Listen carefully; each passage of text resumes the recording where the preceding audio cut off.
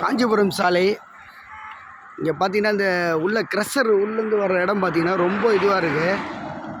Main ரோட்டில் பார்த்தீங்கன்னா இந்த இடத்துல பள்ளம் இருக்கிறதால இந்த வண்டி எப்படி வருது நீங்களே பார்க்கலாம். இந்த மாதிரி இருக்கிறதால விபத்து ஏற்படுறதுக்கு அதிகப்படியான வாய்ப்பு இருக்குது. நீங்களே பார்க்கலாம். அது இந்த இடத்துல பள்ளம் இருக்கிறதால எப்படி வராங்க பாருங்கள். இதை க்ரஷர் சம்மந்தப்பட்டவங்க இந்த இடத்த முதல்ல ரெடி பண்ணணும். இங்கேருந்து பார்த்தீங்கன்னா உள்ளேருந்து வர்றவங்களுக்கு இதான் வழி. இந்த இடத்துல பள்ளம் இருக்கிறதால இந்த வண்டியை பாருங்கள், நீங்களே பார்க்கலாம் எப்படி வருதுன்னு நீங்களே பாருங்கள். இவ்வளோ அதிக லோடு ஏற்றிட்டு வராங்க. இப்போ இவங்க வரணும். இந்த இடத்துல எப்படி வராங்க நீங்களே பார்க்கலாம். இந்த பாருங்கள், இந்த இடத்த ஏன் இவங்க ரெடி பண்ண மாட்டுறாங்கன்னு தான் தெரியல. ஒரு க்ரஷர் வண்டி உள்ளே அதிகப்படியாக வருது, இவங்க ஏன் இதை ரெடி பண்ணால் எப்படி இருக்கும் நீங்களே பாருங்கள். இந்த வண்டி வருது, நேராக வரணும். நேராக வரும்போது எந்த பிரச்சனையும் இல்லை. இவங்க இப்படி வர்றதால இந்த இடத்துல பள்ளம் இருக்கிறதால எந்த பக்கம் வராங்க நீங்களே பாருங்கள். இந்த பாருங்கள் எவ்வளோ தூரம் ரோட்டில் போக வேண்டிய சூழ்நிலையாகுது பாருங்கள். தெரியுதுங்களா? இப்போ ரெண்டு பக்கம் வண்டி வந்தால் வர முடியல. ரெண்டு பக்கம் வண்டி இருந்தாலும் வர முடியாது. இந்த பஸ்ஸே பாருங்கள் எவ்வளோ தூரம் ஏறி போகுதுன்னு. இதை வந்து க்ரஷர் நிர்வாகம் உடனடியாக வந்து ரெடி பண்ணணும். இந்த இடத்துல விபத்து நடக்கிறதுக்கு முன்னாடி தவிர்த்துக்கணும்.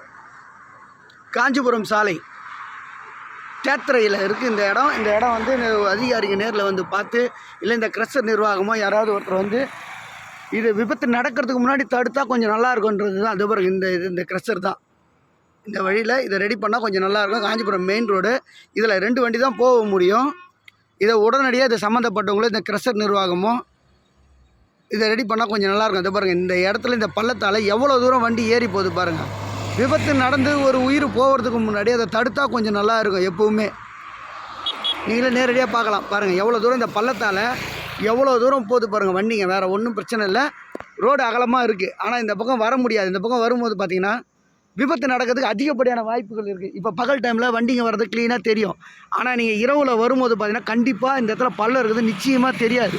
நீங்களே நேரடியாக பாருங்கள். இந்த பள்ளத்தால் நீங்களே பாருங்கள் எவ்வளோ தூரம் ஏறி போகிறாங்கன்றது பாருங்கள்.